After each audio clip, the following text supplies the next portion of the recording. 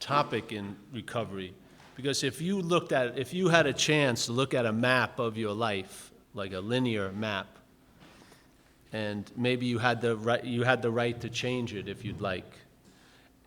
Your whole life would look different if you could have put like 4 pauses or 4 pows in there, yeah? At certain times. Like when I said, I want to go back, see what, the night I got run over by a car, and I got run over twice in one night. Only an alcoholic could do that. The guy hit me, and then he didn't know what he hit, so he backed up over me. So, and what occurred was, I had been lost for a few years in my addiction, yes? And when I was young, I had been with a spiritual teacher, and I was starting to want help, yeah? Because I was in bad shape. So I found out where one of their meetings was, and I had gone there that night. But I felt from my head telling me what was going on, that I was very far away from them and too far gone to get it anymore, to be quote-unquote spiritual. So I drove, as I was driving home, I stopped at a bar I used to know in a town near my hometown, and it was January 30th, 1980. It's freezing night in New York on a Sunday night, like not much was happening. Sort of like Stockholm.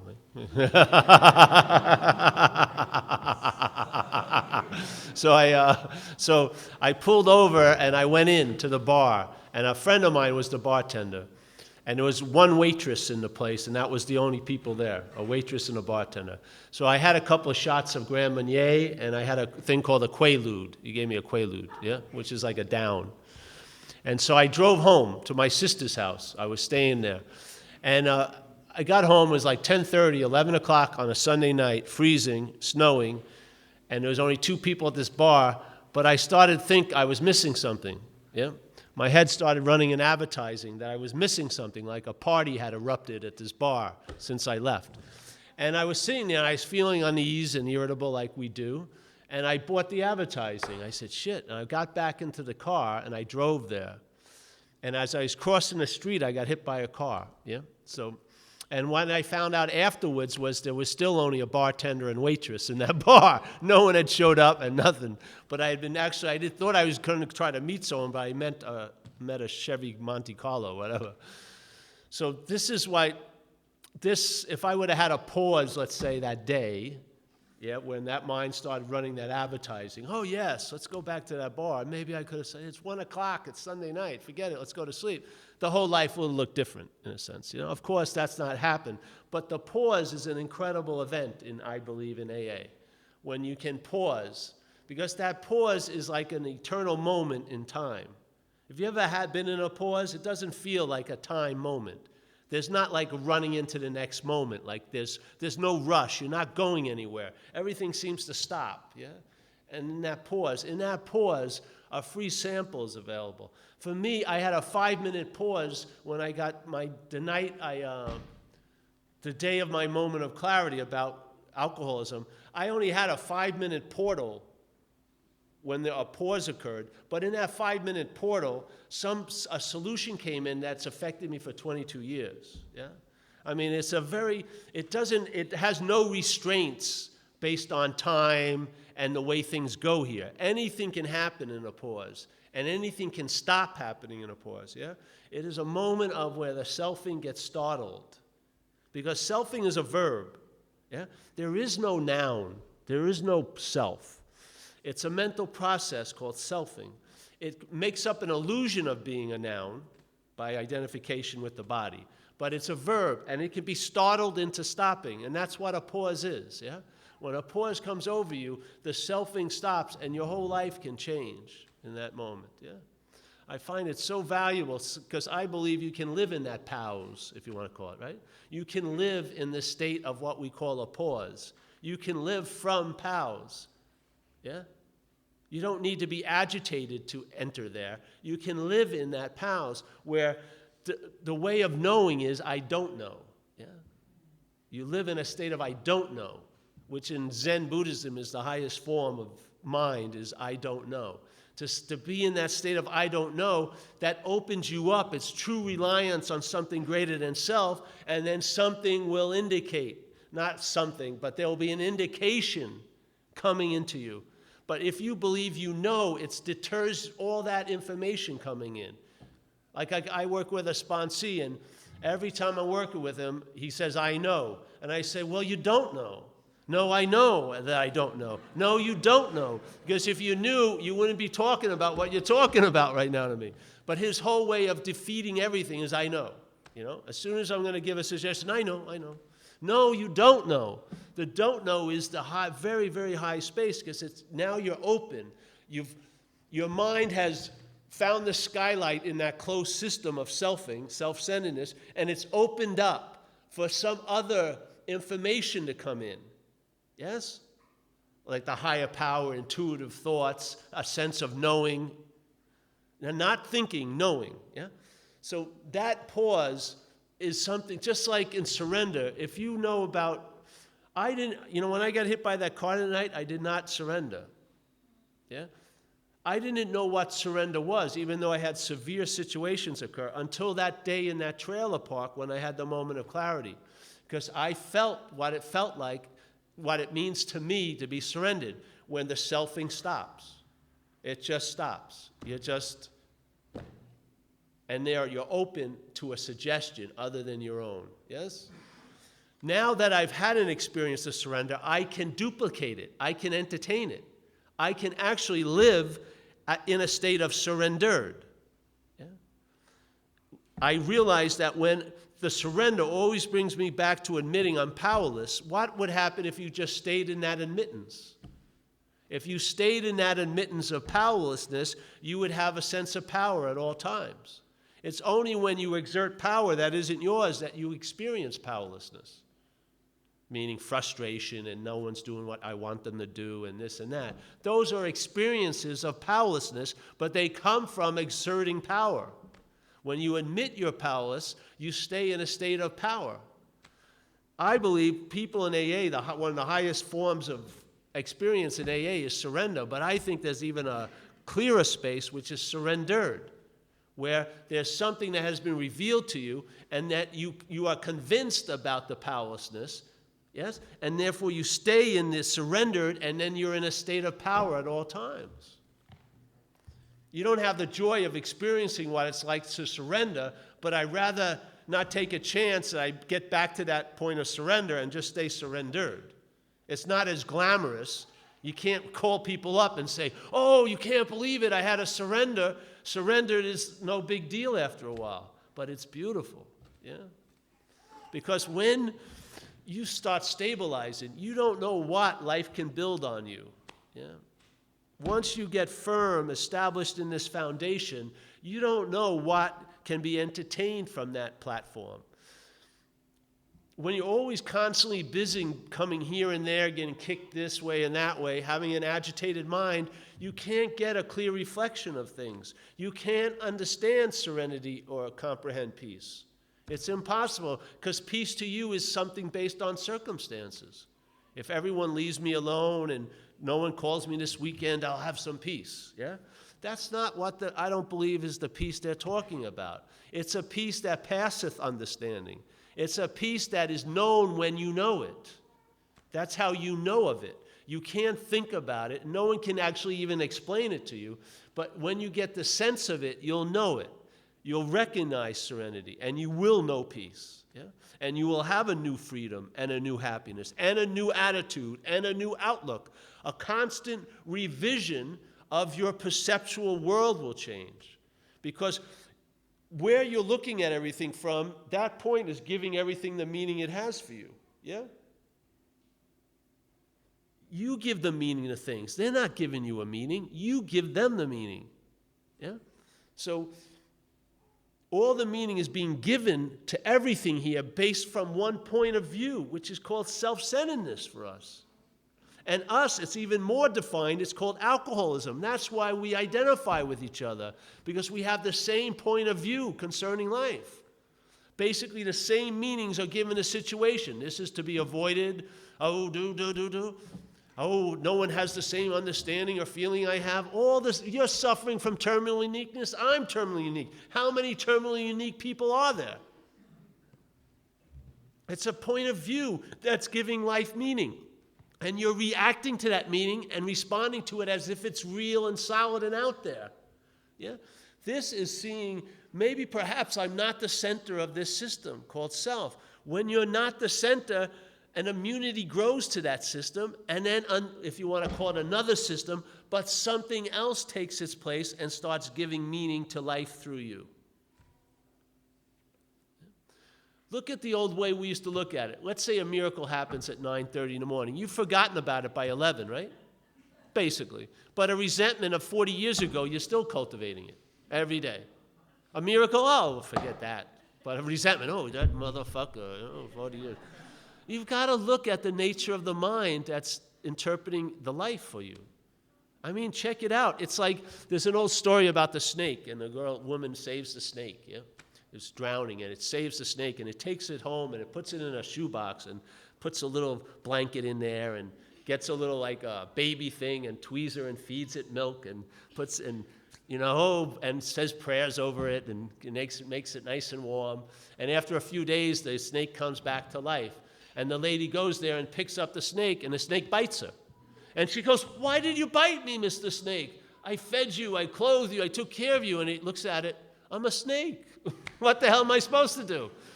How is an unreliable system ever to become reliable? If you're a big follower of the program of AA, it says it very clearly. Why are we in so much fear? Isn't it because self-reliance has failed us? So the system of self-reliance is a failed system. It's not because you relied on it, it failed. Anyone who relies on it, it fails. It's a failed system. It's not going to change. That's why it has excuses and rationalizations and blame as some of its main activities. Because when something can't deliver the goods, it has to make up a story why. Yeah? It has to excuse itself or blame someone else or rationalize why it isn't happening. How many times have you surrendered over to self and asked it to bring about some happiness and joy and freedom in your life? And how many formulas have you followed where it promised you that would be the end results? And how many times have those formulas failed? And how many times have you gone back to the same formulation and applied a new one with the hopes that it would finally work? It's an unreliable system. That's the recognition of it. But you can't leave it if you're identified as it. The best you can do is, all right, I'm going to get a therapy. I'm going to socialize it. I'm going to civilize it. I'm going to put it in an institution. Somehow I'll make life bearable as it. But why if you can recognize you're not it? I don't want to get it any more self-esteem. Fuck. I don't care if it feels good about itself or not. I don't. I could care less about its feelings. It's not me. I've lost interest in it. But, Paul, no but. I don't look back. I could care less if it's fucking drowning or what, or if it's doing great. Doesn't matter to me. I'm not that. It has nothing to do with living. It's a mental exercise. It's just riffing, selfing.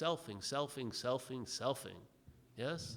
I, me, my. One day, what does it promise you? That one day you'll be special, doesn't it?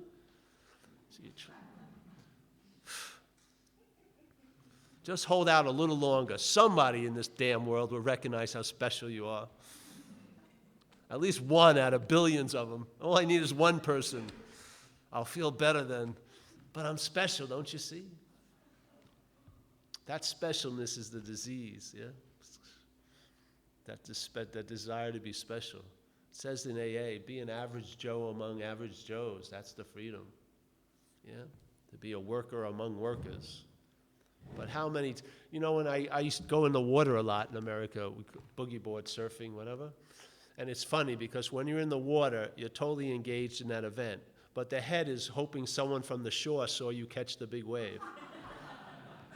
That's its agenda. Its agenda is to be noticed. Its agenda to be seen. Its agenda is to be relevant, to be recognized. Yes? That's all it cares about. It wants to be fucking relevant. Yeah? And it'll kill you for it. So this is just, for me, I started to entertain immediately. I could be free of it. When I entertained, I wasn't it. Before that, all I was trying to do is loosen up the chains a little bit and get a little breathing room. Maybe I could have a month-long relationship, or not flip out at the next picnic I went to, or at least go on a date and don't get arrested by the end of the night. I had big hopes, It was just like trying to loosen a little of the bondage. Oh man, this is great, No, there's a radical sense of freedom. You can be free from what you're not. You have to be bound to what you're not. You have to be bound. There has to be a mechanism that bonds you to what you're not, because you're not that. There has to be a way that the sense of being a self is facilitated and reinforced, so that sense continually puts out the trance over you, yes? But to be what you are is very, very simple, because you are it already. It's the easiest thing in the world to be a spirit. It's very difficult to become spiritual as a self. What happens when you want to become spiritual? First, you get the right clothes, usually whites. Get some patchouli oil, incense, and maybe you practice your loving gaze. I hate every one of you, but I'm special. Yes, something's happened to me that hasn't happened to you. Talk softly, don't move much. Give me a fucking break. Spirit is animated, it's alive, it can be that, it can be this. It doesn't have any form or structure. You can't recognize spirit, yeah? You can be affected by it, you can be moved by it, but you won't recognize it, yeah? You'll sense it. But man, it's a loving touch. Isn't it amazing when you can hold the space for somebody? When you're available, and you're just like when you do a fifth step. When I used to do the fifth steps, after this started to happen, it was wonderful, because I could just hold the space for that person to be everything they weren't for 5 hours. Just hold the space. Let everything they aren't come up. Because if you tell the truth and you let what you really would like to be unreal, real, if you finally, see, this is what happened with me with alcoholism. I got overwhelmed in life when I was a kid, and so I figured I'm going to make everything as unreal as I can. So first I started reading science fiction, Edgar Allan Poe. Then I found alcohol. Then I found drugs. And then I found spirituality. Yeah? All those things were really trying to make what I felt was so real unreal, because I couldn't handle the effects. And then finally it dawned on me, I'm going to let these things finally be as real as they can be, which is like a fifth step, which is when you tell the fucking truth and you put out your secrets. And as soon as I let it be as real as they wanted to be, they showed me their true nature. They're unreal. They were real to me when I was trying to make them unreal. When you're trying to get out of self, that's being in self. The self is a different type of predator. It's not like a jungle cat that catches the prey by ripping its throat out, yeah? The self has you by you trying to move away from it. That's how it has you. When you look at it and tell the truth about it, that's not when it has you. It has you by trying to get out of it. I can't wait to get rid of self. That's being in self. Just look at it, tell the truth about it, and the truth will set you free, because you'll see I'm not that. And as soon as you recognize I'm not that, immediately you can entertain being free of it. Until then, you'll just be therapizing it and trying to make it better. Maybe, have better behavior. Maybe I can eke out a little happiness in life. Just a little, please. Maybe one day, a month. So, I don't know. I've been speaking a lot this last few days. We want to have some questions? Oh, there is, yes, all right. The front, all the questioners are in the front. Oh, there's a back one too, all right. We'll get to you. Yes. Just to be clear, a good start would just be to recognize consistently that you aren't self. Well, maybe a good start would be to recognize what's not happening. That would be a good beginning. It's an easy one to see, yeah? It's only going to be in one place, the thoughts, yeah? And when you're obsessing over next Friday, maybe just hold it with, hey, that's not happening. Let's see what happens. I tried there. Or one I like is holding a thought not as yours, just seeing a thought as a thought, not your thought, yeah?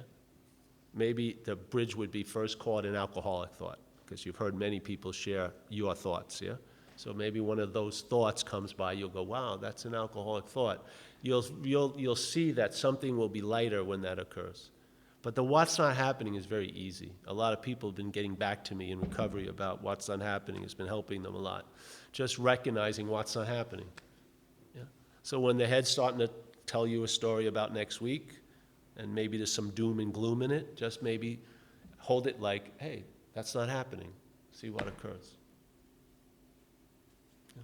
I don't like giving tips because usually there's a sense of someone that's going to do the tip, which is what I believe is a real problem, but what the hell. Yeah, but that's how it happened with me, was when I first started entertaining my thoughts as alcoholic thoughts, I started to travel lighter with them. Yeah, I had much more wisdom about them when they were alcoholic thoughts than they were when they were mine. Then I could see the similarity of what I was saying to a sponsee and what I should be doing myself. Yeah, so yes, we'll get back there and then yeah. Thank you so much. Maybe I was here yesterday, so we touched upon this yesterday. But so what do you do on a daily basis to be rid of yourself? What are your routines? Nothing. There's no need to get rid of the self. It's just seeing you're not that. Yeah? So in the beginning, you entertain it. Like today, there's been an invitation. You may not, see, when you may think you're entertaining it by going home and thinking about it, but something is entertaining it already. It's not, the thought will be a secondary reaction. Mind, I believe, has entertained it already, yes? So it's in there. Just let it cook, see what happens, yes? But to get rid of it is making it real. For me, I see it as not me, and that's the end of the story. So when everything that's arising, presenting itself as me or about me, I hold it with, just like I used to hold all the thoughts as I'm the thinker of them. You don't see you're doing it, do you? But all the thoughts, you have a feeling you're the thinker of them, don't you? There's an assumption. Isn't there a feeling that these, you don't think Ed is thinking them, do you? You think it's, or Matt, you're thinking it's you. Or they're about you. That's the way you hold them. You're not seemingly doing that anymore. That's just the sense that you have when thoughts are seen. Yeah? So in a way, that's what it's like. When something arises, there's a sense of that, I'm not that. You're not saying it, but that's the sense that when something arises in the head, thought and whatever, I'm not that. And as soon as if there's some, first it may be something that doesn't have much sincerity in it, but if it grows, that's the immunity to thought, because you're only interested in thoughts because they're about you or you're the thinker of them, seriously. Because you're not interested in most other people's thoughts. Really, you're sick of them in about 5 minutes. You got to see that. It's so obvious. The my is the dilemma, not the thoughts. So that's what I found when I looked at this stuff after things were happening, that it's the act of identification. It's a verb. It's this what my in English represents, my. It's like a sense of being the owner or the proprietor or claiming, right? Selfing's main movement is claiming. So self claims the body, my body, claims thoughts, my thoughts, claims time, my life, my this, my problems, my this, all this, yeah? That act of claiming is what gives all those things meanings. Yeah? So if you, let's say you have 5 thoughts. I'm not doing much today. That sounds innocent, doesn't it? 5 thoughts, maybe there's 6 thoughts, whatever. I'm not doing much today. Just goes by your head. So now you see the thoughts. I'm not doing much today. But you believe they're about you, or you're the thinker of them, yes? So now Paul arises, claims the thought, and then all these old ideas and conditionings and memories of Paul inject into that thought. Oh, not doing much today means I'm lazy. Oh, okay. So that's the meaning that my head gives that thought. I'm not doing much today. Oh, I'm lazy. Okay? Now I'm lazy kicks up. There's a claiming of that. That gets injected. What does I'm lazy mean to Paul? I'm bad. I shouldn't be lazy. I should be out there doing something, accruing value. Oh, okay. So now at the second or third step of giving meaning, a feeling is arising now in you. You're feeling unease, where maybe you weren't about 5 minutes ago. You're feeling unease because you're feeling you're bad, right? The mind's making up an experience, yeah? So now, okay, you look at, okay, I'm bad. What does that mean to me? Fuck, I don't deserve much in life. Whoa, okay, so more and more, right? Now that feeling of contraction feels really quite uneasy, yeah? Before you were fine, now 5 minutes of giving meaning to thought, you're fucked, yeah? So now what happens, all right? So now I don't deserve much. Well, what does it mean that you're lazy, bad, don't deserve much? Fuck it. Fuck it, you know? I might as well get loaded. I might as well, hurt myself. I might as well eat a pound of cheese. I might as well jump off this bridge. I might as well punch that guy in the fucking face. I might as well do fucking anything. Yeah? All it was simple thought. I'm not doing much today. An observational statement. Oh, sure. Now it's like, you're out killing people. Fuck you, I hate all of you. Why? Because I'm not doing much today. What? How did you jump from that to hating everybody? Well, let me tell you how. Yes. All right, we'll go to Roger. I'm going to have to think about Roger's question anyway, so yeah, let me get prepped here. All right. I wonder, the thing you just spoke about, the thoughts that suddenly or do, I find it hard to understand what it is that you do on a daily basis to keep these thoughts from Yes, I know. Because the way we're configured now, we only believe things can be brought about by doing and having, yes? That's one of the big dilemmas I find in spirituality when anyone practices anything. There is a modality, if you know what modality means, or a way, or like a pattern in self-centeredness. That's the system most of us, like we're all wearing a helmet of self-centeredness. We're breathing in self-centeredness, an atmosphere which is anxiety and fear-ridden and like that.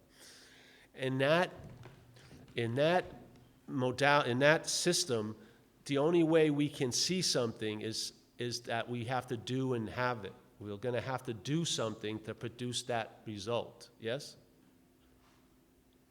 So let's just see this. So let's say I'm going to practice spirituality. And spirituality practices will produce effects on the body and the brain. There's no doubt about that. Your brain will get calmer. Yeah, you may feel a little more at ease. But this is not, I'm not talking about affecting the body and the brain. I'm talking about something else. But let's just go here. So here's the practice. So now you believe you're the doer of it, yes? So you are going to do the meditation, and you're going to get the results of the meditation. Okay? So all the while, there's a sense of doership. You are going to do something. Okay, so let's say you achieve a state of peace, or seemingly, by doing and having. What happens as soon as you achieve that state of peace? You can't really enjoy that peace because you believe that you can do something to lose it. Because you believe you did something to get it. Yes? This is something I know, and the practices are very valuable at a certain point. But if you're going to do a practice, which a lot of us are going to do, please just maybe entertain the idea of that sense of being the doer is a false appearance. Yes? If you can do that, it may be really wonderful, the effects of just sitting quietly. But if it's you doing it, you're probably going to use meditation to fuck yourself with. Because if you miss the morning meditation, you'll interpret the whole day can't be good because I missed my meditation. Fucking, did you ever say that when you were 3 years old? Oh, Mom, the day's going bad. I got to go back and meditate. No, you were wide awake and everything was just happening. Yeah? So that's the one thing I'm concerned with when we say doing and having.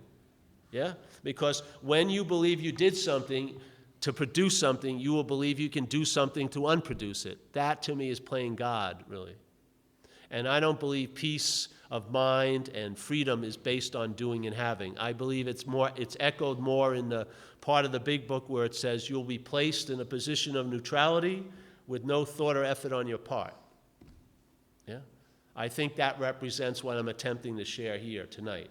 I have no problem with doing and having, but there is a certain dilemma that if there's a sense of being the doer, it's going to affect, quote unquote, the results, yeah? Greatly. Yes? Helena, alcoholic. I thought like maybe in the spirit and thoughts are always going to occur, right? And then, but to recognize though that they're not me, there's a thought too that recognizes that, isn't it? So thoughts are always like going to be, I mean, like by you saying, oh, that's just not happening. That's a thought too, right? Would you mean that like the No. There can be a thought at times, but there's a recognition that's not a thought. no? That's the translation of the recognition is that's not happening, but it's not a word. The mind's not saying that's not happening anymore. Of course, no, Yeah. no. But I mean, like, do you see how I mean? Yes, I do. I do. Well, that will happen maybe for a while. But just like you have a sense of being the thinker of the thought, yeah? There's not a thought saying I'm the thinker of the thought anymore. There's a sense that you're the thinker. There'll be a sense that I'm not that, yeah? Is it more like here? Yeah. Sensation Yes. like instead of Yeah, you'll be in your gut a little more. And that, see, to me, like we were talking today about, I really like the idea of being convinced, to believe with certainty. And if I was coming into AA again, I would pray for the ability to be convinced.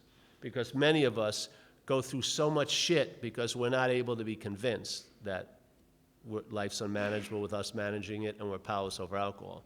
That idea of being convinced gets close to a sense of sureness you have about things. Yeah? So whatever shows up, you see it as not you.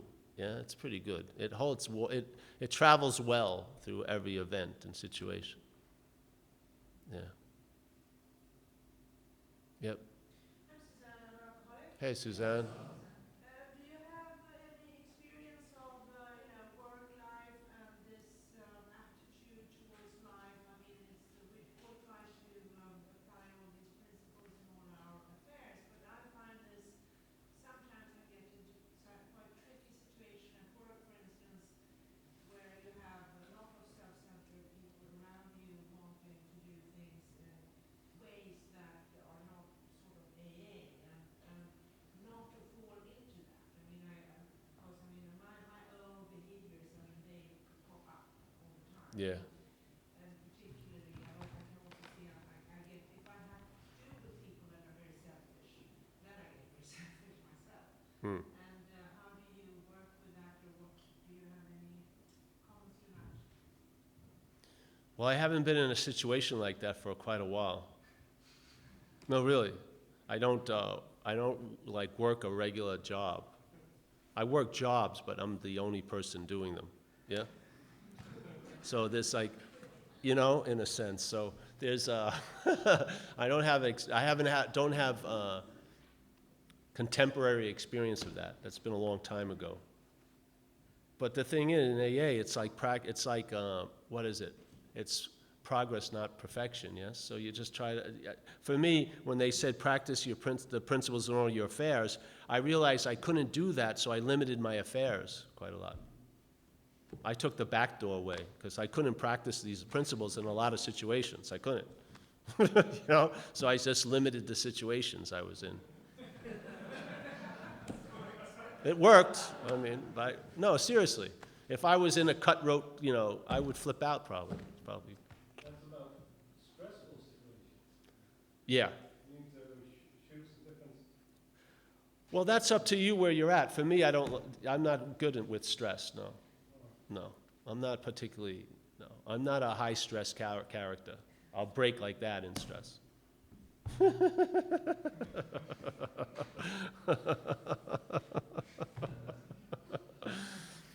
Yeah. Stress is a lot, is obviously, it looks like it's outside being forced on you, but you participate a lot in it, how you're viewing things. Yeah. You do. I mean, we participate in everything here. We'd like to say we don't, but we are cahoots with it. I don't know if you know the word cahoots in America.